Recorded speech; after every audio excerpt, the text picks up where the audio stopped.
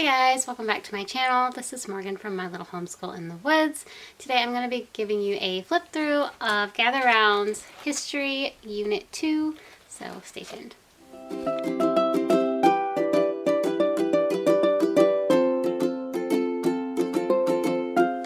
Alright guys, so before we dive into our flip through, I just wanted to mention a few things. We did get our first unit, New World, I think it was. Anyway, so we got that done. Finally, we moved through these units pretty slow, but that's okay. That's one thing I really love about Gather Round is you can really make it your own. There is no rules to it. So I guess that's why it works for us, because it's very flexible.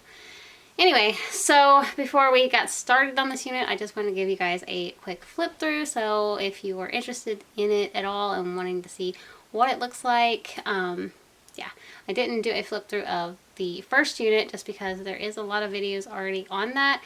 So, but I couldn't find anything really on the unit 2 unless I just missed it somewhere. But I figured I would go ahead and do this flip through for you guys, and yeah, so let's get into it. Alright, here we go. So this is the second unit, the U.S. History unit, Rise to Independence, which is all about like the Revolutionary War. This is the teacher guide. It just has note to the teacher here at the beginning.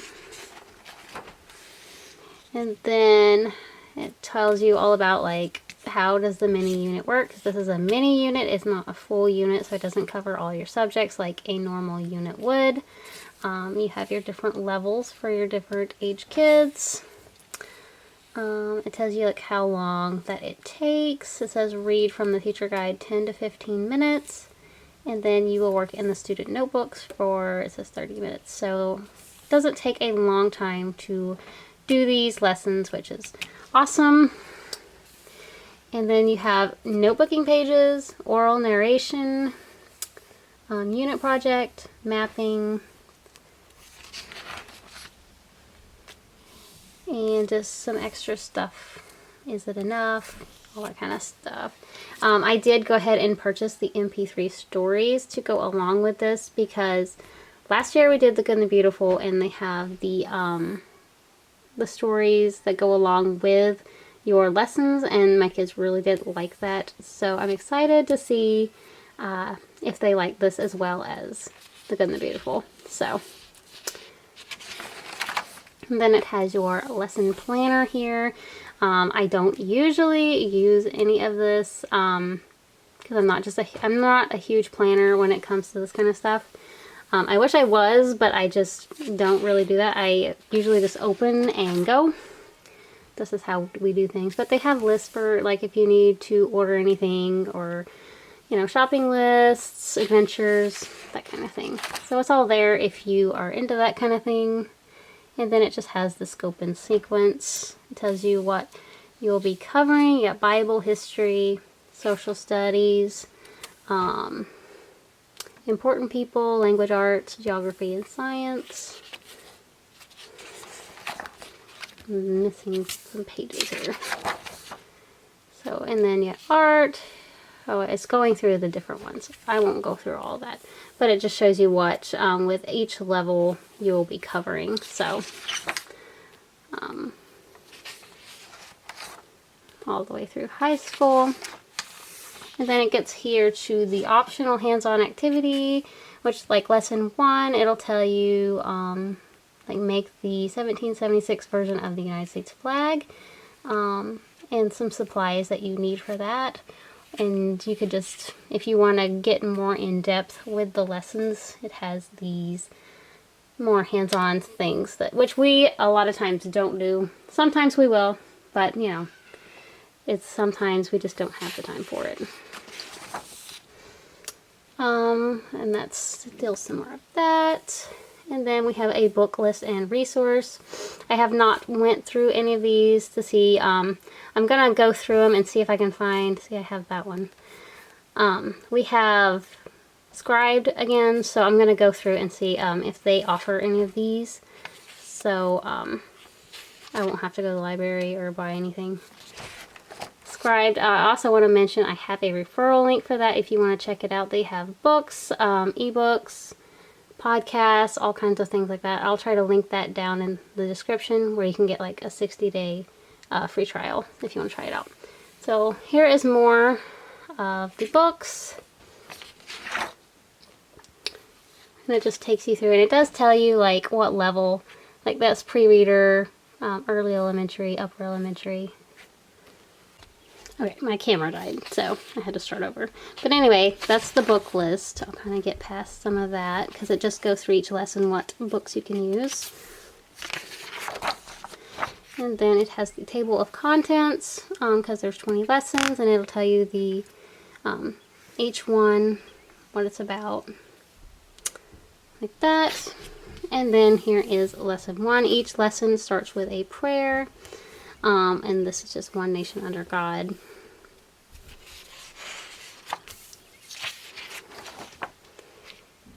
Just like that, and then you read through your lesson. If I can get the pages to turn.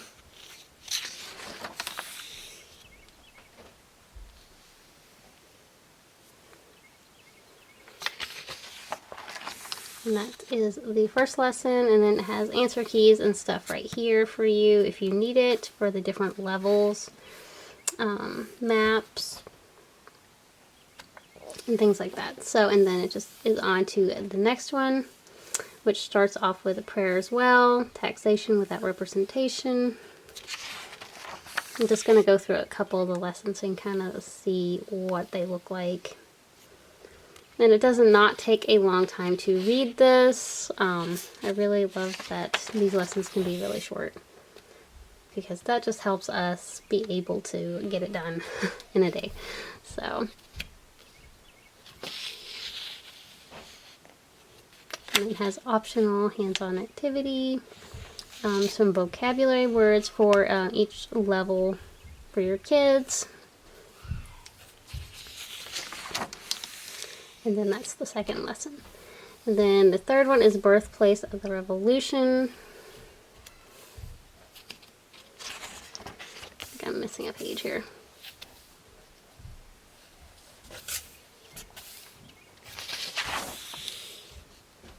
Sons and Daughters of Liberty. Boston Massacre.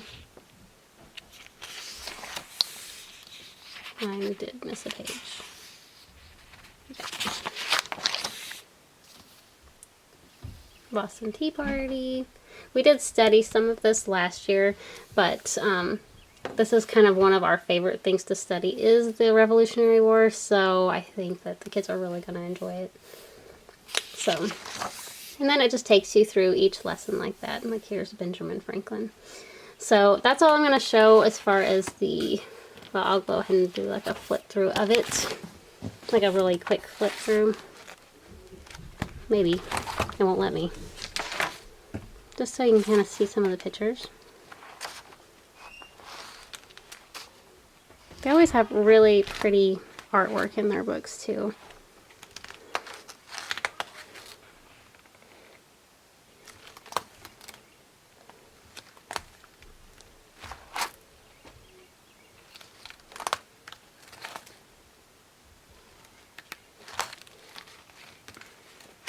Oops, just skipping a bunch over here.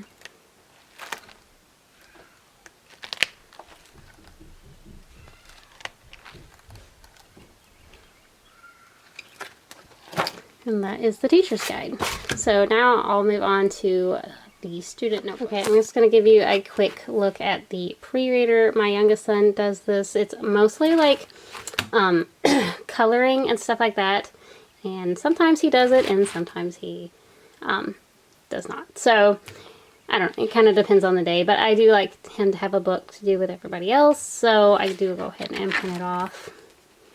So I'll just kind of show you real quick what they have in here. So mostly it always has like one coloring page, and then it'll have another page that goes along with the lesson. And so like this is the unit project.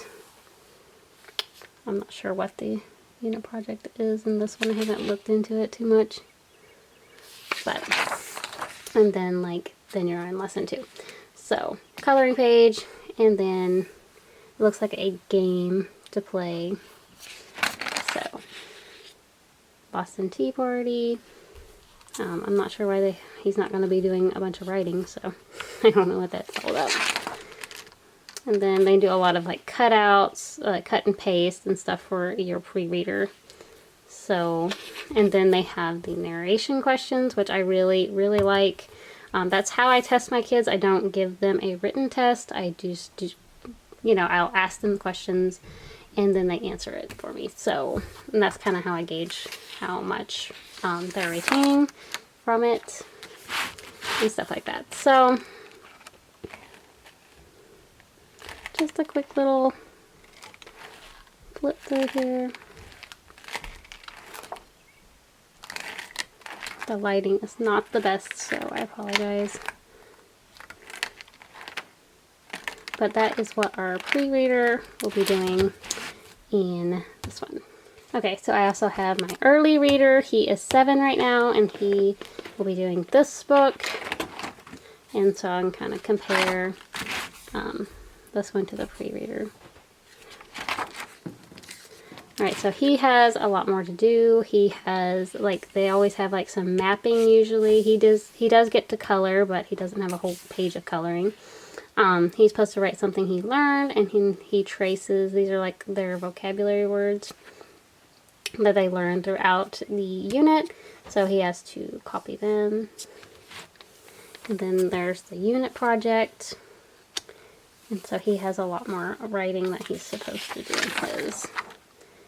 And then here is the stamp to color, and then some cut and paste. They do cut and paste in the early reader too. Some more words that they're learning what the meaning is, and then they're supposed to write something they learned in the lesson. Here is the game. And so some more mapping, learning where like Boston is, cut and paste. What I learned, and then coloring, Boston Tea Party. This is free writing. I really do love free writing. I didn't know that they had it in the history though, because I don't remember it in the first unit, so that one will be fun. Let's see. Pick someone you learned about this week and write a story about them. Set a timer for 3 minutes and write or dictate to a parent or older sibling. Yeah, so that'll be fun. And then they have quotes that they have to copy, and then more cut and paste, and then matching the definition, and then the oral narration. So that's kind of what the early reader looks like. Go ahead and show you like a quick little flip through of it.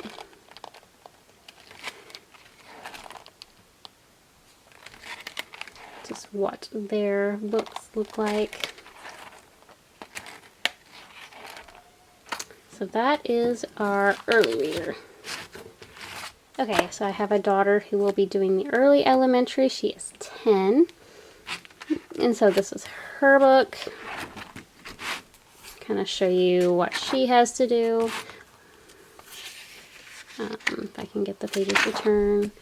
A lot of hers looks almost the same as the early reader. We got mapping and coloring, notebooking, and then she has to fill in the blanks here. That's the same as the early reader. The unit project, drawing, writing their vocabulary word, matching up the definitions, and writing what they learned. And there's the game.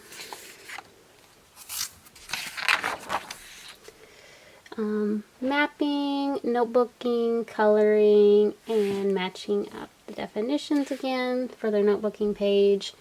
Here is her free writing, so hers is a little bit more to do. She's supposed to write for 5 minutes instead of 3.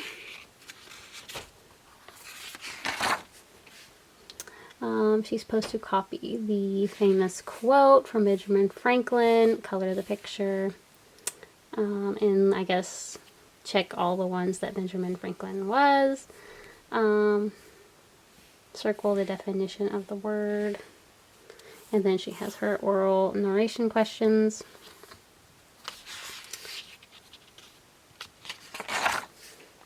And then on to some more notebooking, coloring, the qualities of a good leader, interesting battle, and then they get to draw their own fort and things like that. So it looks like it's going to be a really fun unit, so I'm excited about it. I'm excited to get started on it. Kind of give you a little bit of a more, there's a vocabulary cheat sheet in the back too, so those are handy.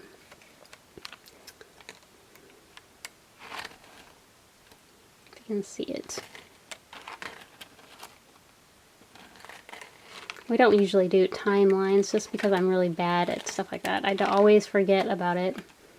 So we just don't really do timelines. But that is the early elementary. Okay, my oldest daughter will be doing the upper elementary. I decided to go with this one instead of the middle school. There's not a huge difference in them, but yeah, I just decided that this one looked more for her. So I went with the upper elementary. Kind of show you what they are doing in this level. A lot more writing for her. She gets to do the mapping. She has to define words, answer the question, and then summarize the lesson. And this is the unit project here. I'm not sure, I haven't really looked into that yet, so. And then she gets to draw and define the words. Write down a few ways you can show this quality in your own life, and then write what she learned in the lesson. Here's the game. We have mapping, a place where she can take notes from the lesson, defining the words, and writing what she learns. In her free writing page, she has to write for 10 minutes, and then they give her a box of suggestions right here if she needs some help with that.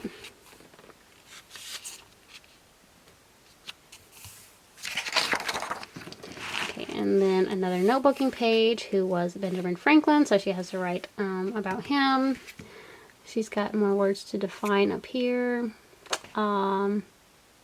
Favorite quote from Benjamin Franklin, and a place where she writes what she learned, and then the oral narration questions that everybody has at the end of each week. And then we have mapping, notes, definitions, and then comparisons, patriots and loyalists. And then Paul Revere's Ride. So, yeah. So she definitely has a lot more writing in the upper elementary, which is fine. That is good for her. She needs to do that. So, but that is pretty much what it looks like. I'm going to kind of do a quick flip through of it, just to kind of, you get your completion page when you get done. That's all the appendix things in the back. So we got a shadow going on here. The vocabulary cheat sheet.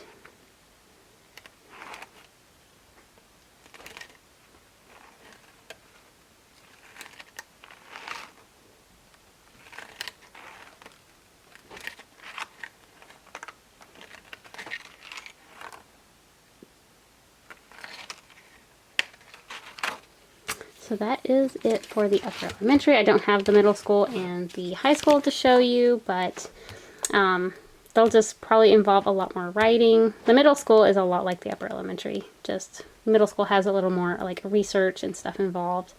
And I'm sure the high school does too, but I just have never really looked into that yet because we're not there. But anyway, guys, that is it. Alright guys, so that is it for this flip through video. I hope you found it helpful. If you are looking into these history units from Gather Round, if you're wondering if it's something your family would be interested in, you know, just giving you guys a look at the different levels and things like that. So I hope you guys enjoyed, and if you did, please be sure to subscribe and like this video, and I'll see you guys in the next one.